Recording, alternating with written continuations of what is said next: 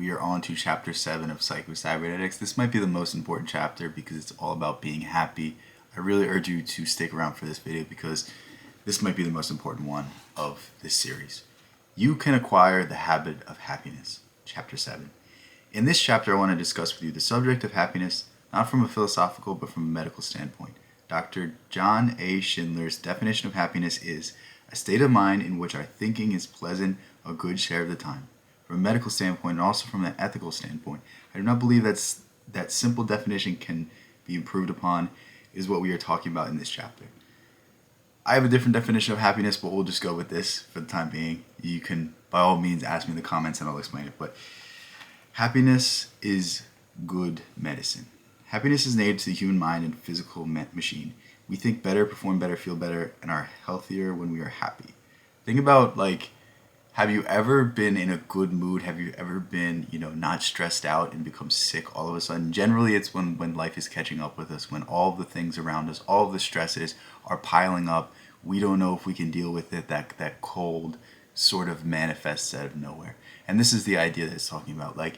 I don't know if there's a study that concurs what I'm about to say, but generally the people that live the longest are the people that are the happiest, the people that want to be here, the people that, enjoyed their lives on a daily basis.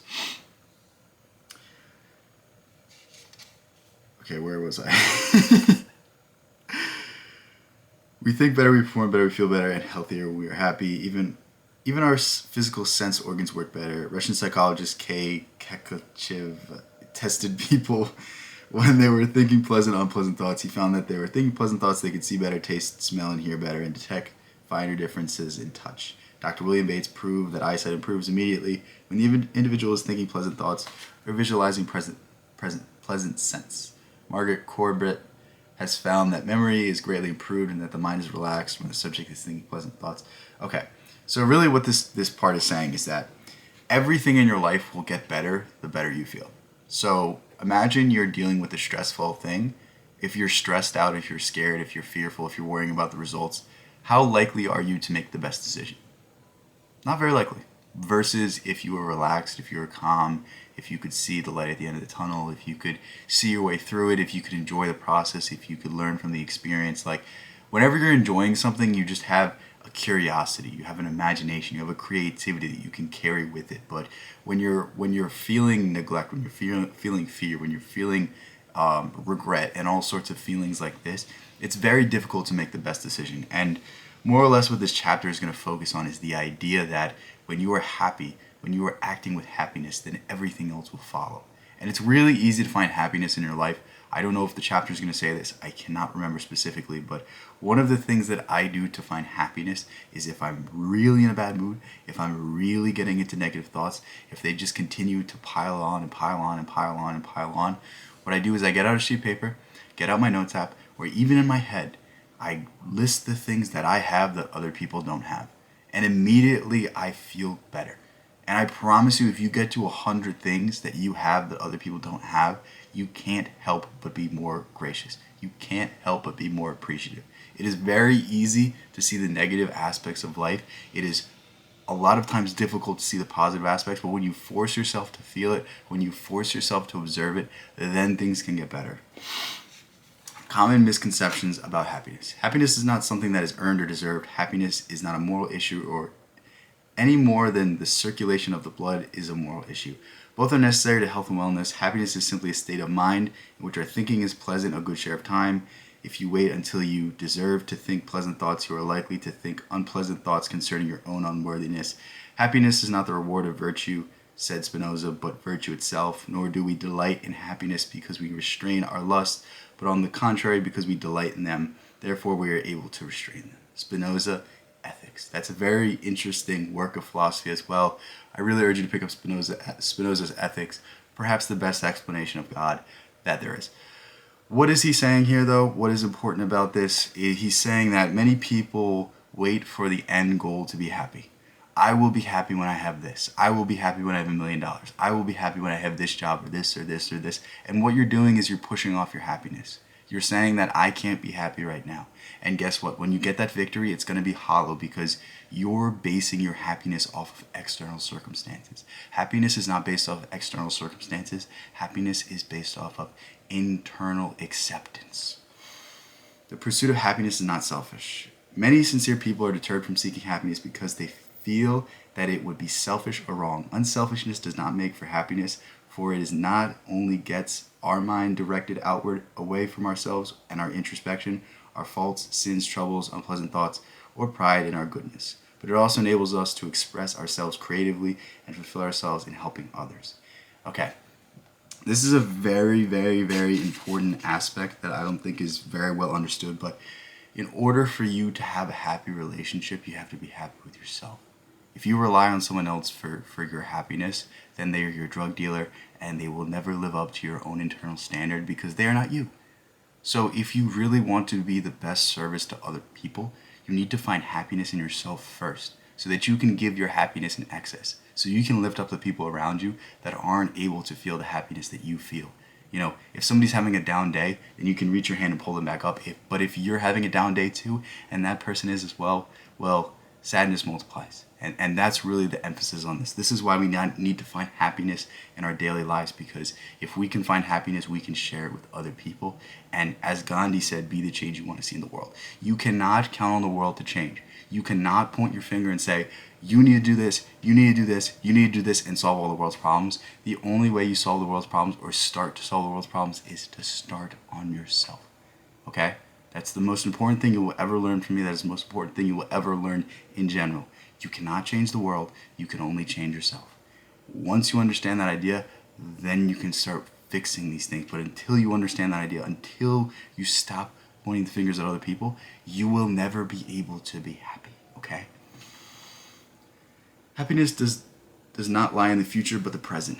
We are never living, but only hoping to live and looking forward always to being happy. It is inevitable that we never are so, said Pascal. Very, very important quote. I will read it again to emphasize it. We are never living, but only hoping to live. I think we always say we're going to do the things, but we never do them. We always are held back by the fear of something. When was the last time you did something to pursue your dreams? When was the last time you did something that you were very passionate about? Instead, you sit back, instead you observe life and allow it to happen instead of allowing yourself to live. And looking forward always to being happy, it is inevitable that we are never so. So like I said earlier, most people put their happiness in the end results. I'll be happy when I get this level of success. I'll be happy when I have this or this or this or Okay, no. If you base your life off of that, you will never find any satisfaction. If you are able to find happiness in the process, that is the true solution. Sorry. I have found that one of the commonest causes of unhappiness among my patients is that they are attempting to live their lives on the deferred payment plan. They do not live nor enjoy life, but wait for some future event or occurrence. They will be happy when they get married, when they get a better job, when they have the house paid for, when they get their children through college, when they have completed some task or won some victory. Invariably, they are disappointed. Happiness is a mental habit, a mental attitude, and if it's not learned and practiced in the present, it is never experienced. It is so much easier to find happiness today than it is to find happiness in the future.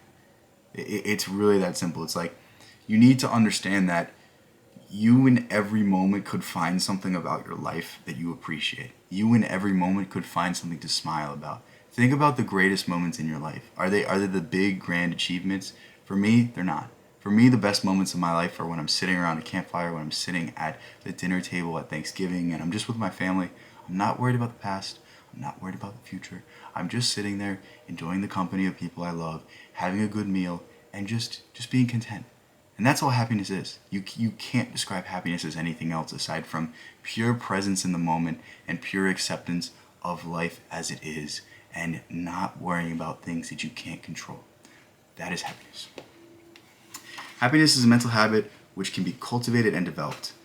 Most people are about as happy as they make up their minds to be, said Abraham Lincoln. Happiness is purely internal, said psychologist Dr. Matthew and Chappelle. It is produced not by objects but by ideas, thoughts, and attitudes which can be developed and constructed by the individual's own activities irrespective of the environment.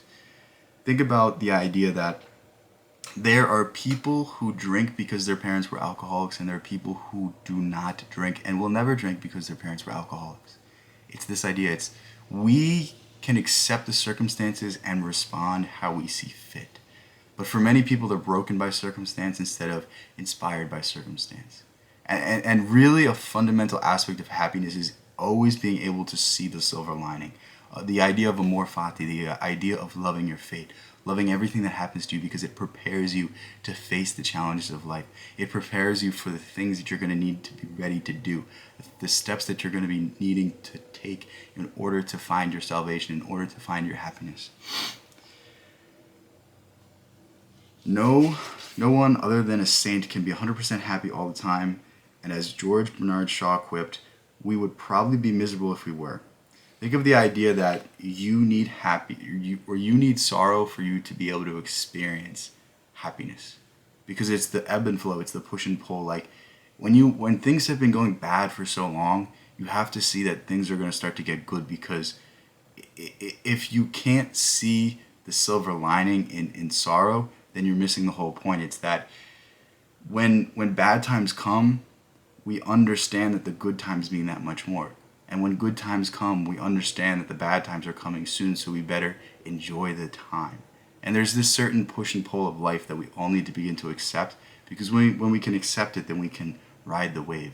Then we can do the right thing in the right circumstance. Stop letting things push you around. The best cure I have found for this sort of thing is to use unhappiness's own weapon, self-esteem. Have you ever been to a TV show and seen the master of ceremonies manipulate the audience? I asked a patient. He brings out a sign which says applause, and everyone applauds. He brings out another which says laughter, and everyone laughs. They act like sheep as if they were slaves, and meekly react as they are told to react. You are acting the same way. You are letting outward events and other people dictate to you how you should feel and how you should react. You are acting as an obedient slave and obeying promptly when some event or circumstance signals you to be angry, get upset, or now this is time to feel unhappy. Learning the happiness habit, you become a master instead of a slave, or as Robert Louis Stevenson, the guy that wrote Dr. Jekyll and Mr. Hyde, the habit of being happy enables one to be freed or largely freed from the domination of outward conditions. Happiness is a mindset. It's not something that is dictated by external circumstances. It's the internal confidence. It's the ability to remain present. It's the ability to remove yourself from whatever scenario and appreciate the things that you do have.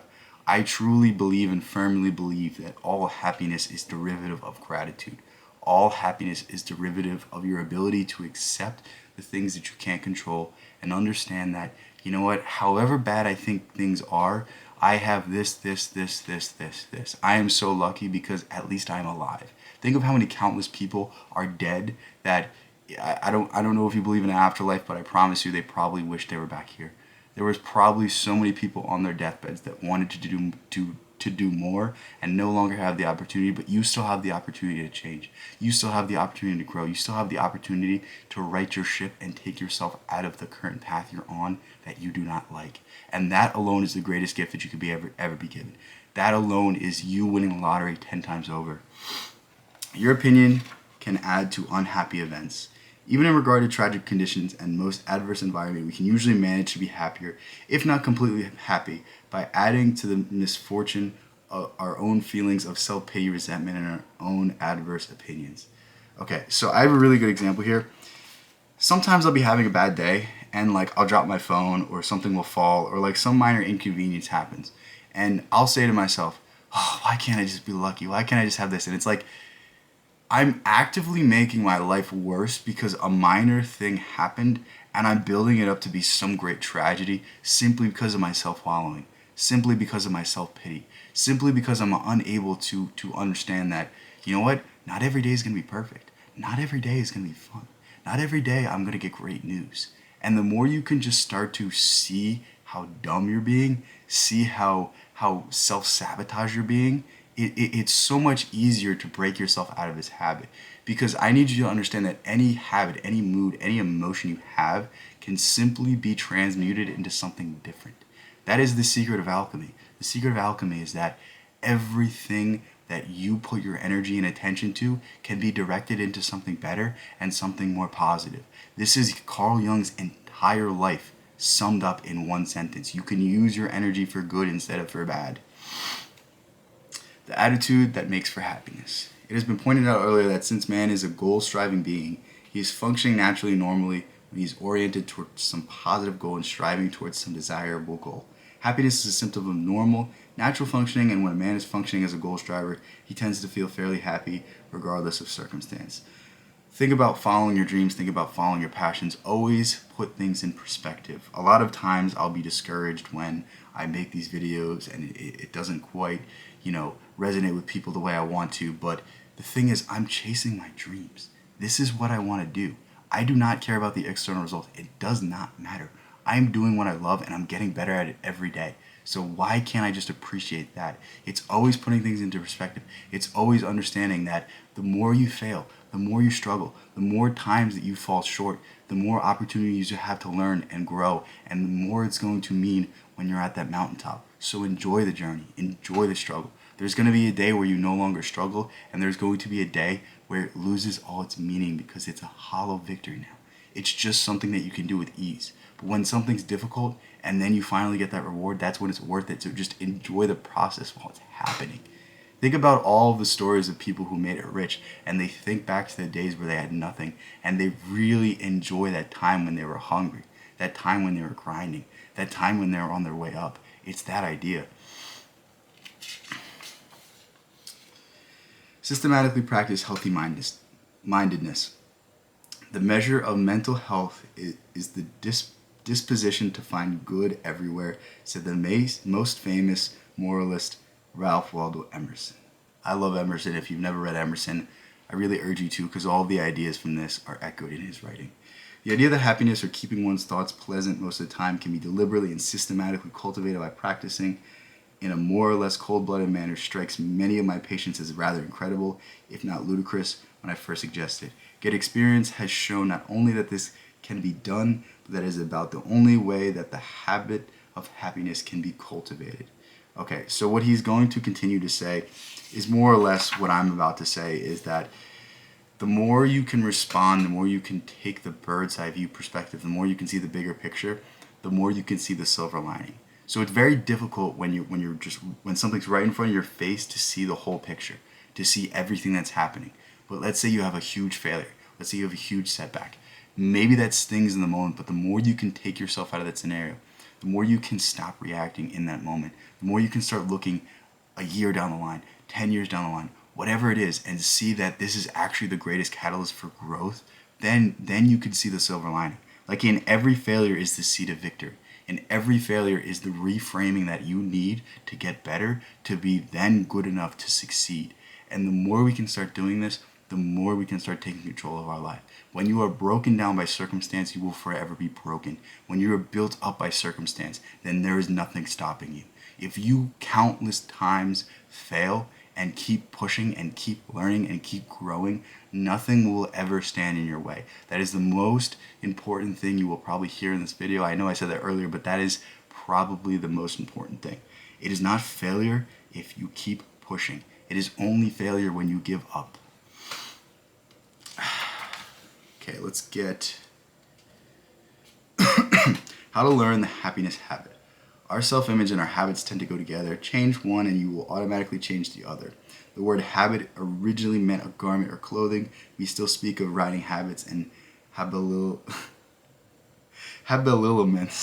I don't know what that means. This gives us an insight into the true nature of habit. Our habits are literally garments worn by our personalities. They are not accidental or happenstance. We have them because they fit us. They are consistent with our self-image and our entire personality pattern. Think if you're somebody that self-loathes, think if you're somebody broken by circumstance, it's because you've done it your entire life. So if you want to change yourself, you need to change your thoughts, your ideas, your conceptions, your habits, your go-to. Everything is derivative from thought. Everything is derivative from how much attention, energy, and time you give to it. The pianist does not decide which keys to strike. The dancer does not decide which foot to move where. The reaction is automatic and unthinking. In much the same way, our attitudes, emotions, and beliefs tend to become habitual. In the past, we learned that certain attitudes, way of feeling, and thinking were appropriate to certain situations. Now we tend to think, feel, and act the same way whenever we encounter what we interpret as the same sort of situation. What we need to understand is that these habits, unlike addictions, can be modified, changed, or reversed simply by taking the trouble to make a conscious decision and then by practicing or acting out the new response or behavior. The pianist can consciously decide to strike a different key if he chooses. The dancer can consciously decide to learn a new step, and there is no agony about it. It does not require constant watchfulness and practice until the new behavior pattern is thoroughly learned. Okay. So think of a common shortcoming. Think of a thing that you struggle with. The next time you struggle with it, ask yourself why you did that. Ask yourself why you messed up. Don't dwell on it. Don't get angry about it. Don't add any emotion to it. Don't add any fuel to the fire. Just recognize where you went wrong. Recognize why you started snacking because you said you were going to be good on the diet, but now you're not good anymore. Like, what did you do? Where did you go wrong? And how can you consciously make a better decision next time? How can you make a decision that's a little bit better? Stop stacking your cabinets with junk food. Stop going to McDonald's. Go to Chipotle instead. I know they're owned by the same people, but one's a little bit healthier than the other. It's like we can, in every way, adapt our habits, adapt the way we respond, always make a little bit better of a decision. That is really the key with it. Make a little bit better of a decision than you would otherwise.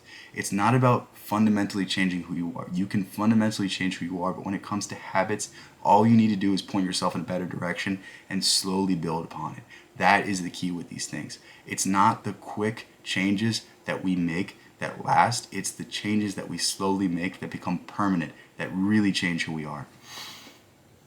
Practice exercise. Habitually, you put either your right shoe first or your left shoe. Habitually, you tie your shoes by either passing the right hand lace around behind the left hand lace or vice versa. Tomorrow morning, determine which shoe you put on first and how you tie your shoes. Now consciously decide that for the next 21 days you're going to form a new habit by putting on the other shoe first and trying your lace a different way. Now each morning you decide to put your shoes in a certain manner. Let this simple act serve as a reminder to change other habitual ways of thinking, acting, and feeling throughout the day. Say to yourself as you tie your shoes, I am beginning the day in a new and better way, and consciously decide that throughout the day, 1, I will be as cheerful as possible. 2, I will try to feel and act a little more friendly toward other people. 3, I'm going to be a little less critical and a little more tolerant of other people, their faults, failings, and mistakes. I will place the best possible interpretation upon their actions. 4, insofar as possible, I'm going to act as if success were inevitable and I already am the sort of personality I want to be. I will practice acting like and feeling like this new personality. 5, I will not let my own opinion color facts in a pessimistic or negative way. 6, I will practice smiling at least 3 times during the day. 7, regardless of what happens, I will react as calmly and as intelligently as possible. 8, I will ignore completely and close my mind to all those pessimistic and negative facts which I can do nothing to change. Simple, yes, but each of the above habitual ways of acting, feeling, thinking does have beneficial and constructive influence on your self-image. Act them out for 21 days, experience them, and see if worry, guilt, hostility have not been diminished and if confidence has not been increased. Okay, so that is the end of the chapter. And what do we do with this information? What can we parse from this? What can we understand? More or less what this chapter taught us was that everything is derivative of our thoughts.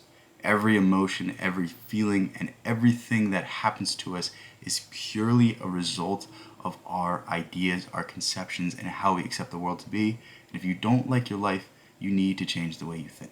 I don't know how else I can say this, but if you see the world and it looks bleak, it's because that's the lens you're seeing the world from. If you begin to see the positive, if you begin to shift your lens to one that is more accepting, one that is more inviting, one that is more happy, you will find so much more in this world. You will find so many better people to spend your time and energy and effort with. The more attention you give to negative things, the more they appear in your life. The more you worry about things, the more they become an issue. The less you worry about these things and put all of your time, energy, and attention into things that matter, the happier and the healthier you will be.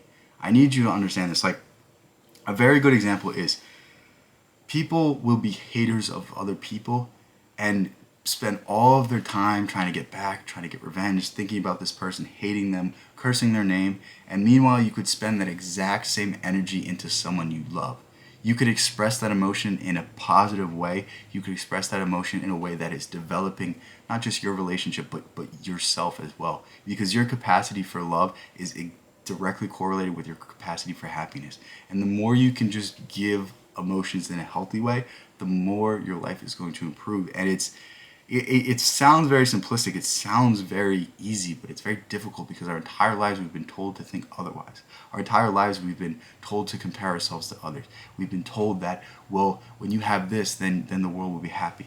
Oh, you need money to be happy. You need this to be happy. You need this to be happy. And the truth is, you don't need anything except yourself to be happy. And the moment you can start finding you can find happiness in yourself is the moment that you've solved all of your problems in this world. Everything else is easier when you can be happy and you can be healthy and you can move through this world with a better mindset. Everything else will go smoothly if you could just keep these things in mind. With that said, I'm going to continue to go through this book. They are tremendous so far. If you want to read my book, the link is in the description. If you don't, I still love you. Don't worry. Thank you guys so much for all the support recently. It's awesome to see. I'll catch you guys in the next one.